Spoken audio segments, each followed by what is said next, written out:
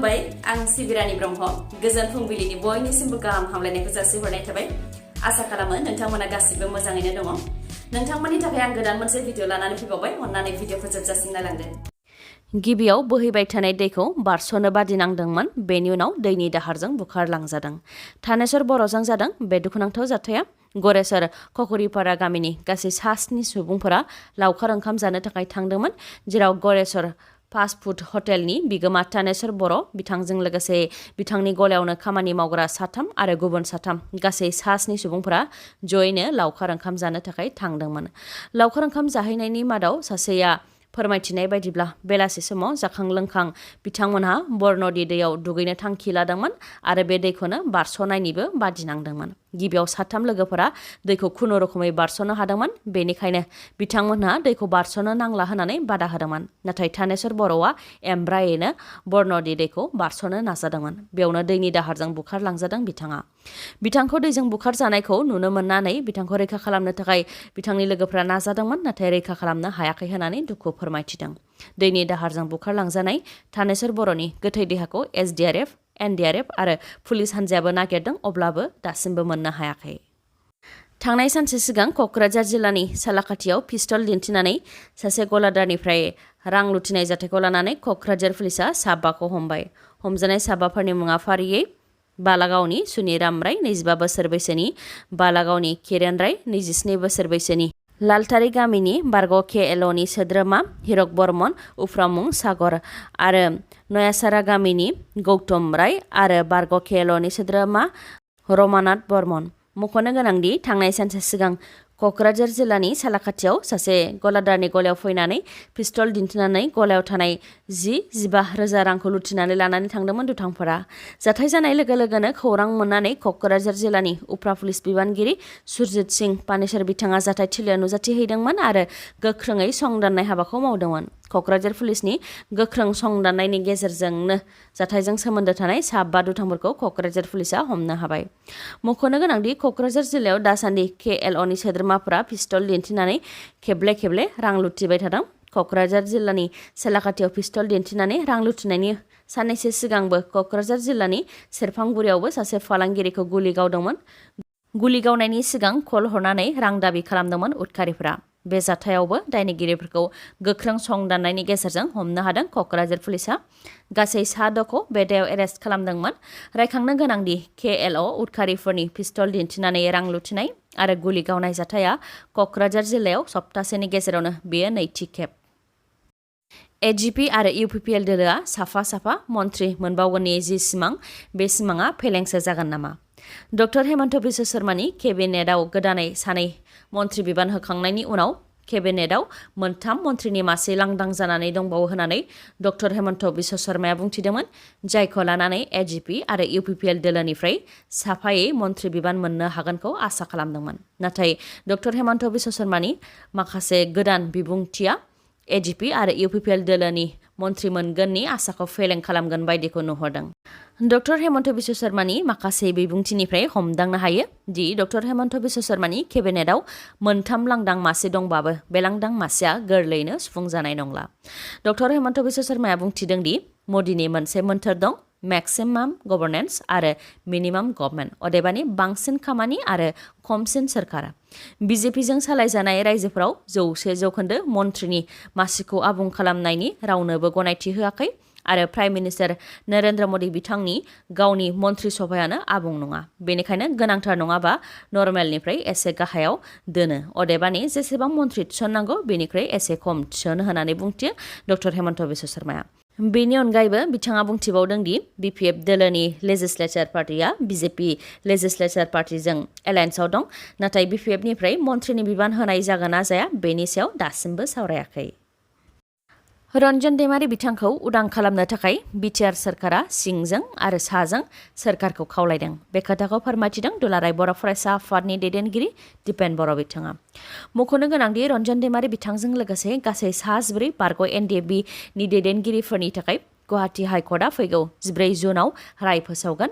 बेखौ लानानै दिपेन बर' बिथाङा बुंथिदों दि गुवाहाटी हाइकर्टनि जुडिसियारि सिस्टेमनि सायाव फोथायनाय दङ सिबिआइ कर्टआ रन्जन दैमारि बिथांखौ जिउ जोबजासे जोबथेसालियाव थानायनि साजा फोसावदोंब्लाबो CBI कर्टनि थांखियानो जोबथा नङा मानोना CBI कर्टआ मोनसे इनभेस्टिगेशन हानजासो होननानै बुंथियो बिथाङा लोगोसे बुंथिबावोदि बिथांमोनखौ उदां खालामनो थाखाय आफाद आरो नखरा खामानि मावबाय थादों लोगोसे पेटिशनबो फाइल खालामदों बेनि अनगायैबो बिटिआर सरकाराबो सिंजों आरो साजों सरकारखौ खावलायदों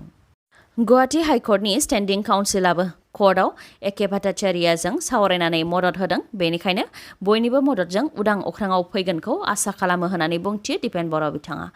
बेनि अनगायैबो बारग' एनडिभिनि दैदेनगिरि जि बिदाइनाव एनआइएआ नटिस हरनायखौ लानानै जि बिदाइखौ जोबथेसालियाव जोबथेफिननायनि खोथाखौ लानानै खौरां बिजोंफोराव फोसावनायनि सायाव दिपेन बर' बिथाङा फोरमायथिदों दि एनआइए आरो CBI कर्टआ जि बिदाइनि सायावल' केस जाबसिनाखै सोमावसारनाय समाव CBI आरो एनआइएआ गोबां सुबुंफोरनावनो केसखौ जाबसिनदोंमोन बे लेखायै CBI आरो एनआइएनिफ्राय नटिस फैनाया नर्मेल प्रसिडिउर मानोना एनआइए आरो CBIआ लिगेल इनभेस्टिगेशन टीम होननानै बुंथियो बिथां दिपेन बर'आ लोगोसे बुंथिबावदों दि जायफोर बिथांमोनहा सोमावसारनाय समाव नाङा फाङा केस साबसिन जादों बेफोर केसफोरा बिटिआर गोरोबथानि गेजेरजों सुस्रांजानांगौ बेनिखायनो बेफोरनि सायाव दुलाराय बर' फरायसा आफादा बिटिआर गोरोबथानि सागानगिरिफोर गागि नोगोरारिफोर मेलेमजिबिफोर लोगोसे एनडिपि आरो एबसुनि दैदेनगिरिफोरजों जयैनो सावरायलायदों होननानै फोरमायथिदों राजा बर' मुंनि सुबुंखौ माधब कलिता मुंनि सुबुङा गोबौ हाथियारजों खाफालाव दानख्लाबदों बे जाथाया बाक्सा जिल्ला बरबरि पुलिस थानानि सिङाव थानाय खैरानि बेबसरायाव थांनाय 7 जुनावनो जादोंमोन महेश बर' आरो रिता बर'नि फिसाज्ला राजा बर'खौ मोनानि समावनो माधब कलिताया सिखाजों दानख्लाबदों जाथायनि सायाव राजा बर'आ फोरमायथिनाय बायदिब्ला ट्रेक्टराव थाव जोबनायलाय हरनि समाव बिथाङा थाव लायनो थाखाय थांदोंमोन बेयावनो फैफिननाय समाव माधब कलिता आरो माखासे सुबुंफोरा लामायाव उन्दुनानै दंमोन बेनिखायनो ट्रेक्टरनि बेलखौ दामदोंमोन बेयावनो माधब कलिताया सिखाजों गाग्लोबफैदों आरो गुबुना जाथायथिलिनिफ्राय खारखुमा लांदों होननानै फोरमायथिदों बे जाथायखौ लानानै बरबरि पुलिस थानायाव एफआइआरबो होनाय जादोंमोन नाथाय दिनैसिमबो दुथां माधब कलितानि हेंथायै पुलिसआ जेबो राहा लायाखै होननानै फोरमायथिदों जाथायखौ खौरां मोननानै बाक्सा जिल्ला बनसुनि आफादगिरि रातुल रामसियारिनि दैदेननायाव मोनसे हानजाया थांनानै खौरां लाहैदों आरो जाथायनि दायनिगिरिखौ 24 घन्टानि गेजेरावनो हमनांगौनि थाखाय प्रशासननिसिम दाबि दैखांदों नङाबा रायजो राजाखौ लानानै सोमावसारनो हुमखि होदों बाक्सा जिल्ला बनसुआ दायनिगिरिखौ थाब हमाबा बेनो उननि समाव हारिनि दाङाबाजि एबा हारसा बर'नि गेजेरावसो दावराव दावसि जागोन नाथाय गाज्रि मोजां मानसिया जेरावबो थायो बेखौ लानानै हारिजों हारि दाङाबाजि जानो गोनांथि गैया होननानैबो बुंथिबावो बिथांमोनहा लोगोसे बिथांमोनहा बुंथिबावदों दि जोंनि सरकारा गोजोन फैबाय होननानै बुंथिबोबाय थादों नाथाय जोंनि ओनसोलाव दासिमबो गोजोना फैयाखै लामाफोराव उदाङै बेरायथिंनो हाया आरो बहाबा थाङोबा न' फारसे फैफिननो हागोन ना हाया बेनि जेबो रोखा गैया बेनिखायनो प्रशासना बेफोरनि सायाव गोख्रों नोजोर होनांगौ आरो गोख्रों जानांगौ होननानै बुंथियो बनसुनिफ्राय दिनै 12 जुन 22 नं खख्लाबारि बियाबाव जानाय उफ्रा बिसायख'थिनि भट साननाया दिनै जागोन थांनाय 8 जुनाव खख्लाबारि बियाबाव उफ्रा बिसायख'थिया खुंजादोंमोन बेनिनो फिथाइखौ दिनै मोननो हागोन उफ्रा बिसायख'थियाव UPPL दोलोनिफ्राय मन्टु बर' आरो BPF दोलोनिफ्राय शंकर बसुमतारी बिथांमोनहा बिसायख'थिखौ गेलेदोंमोन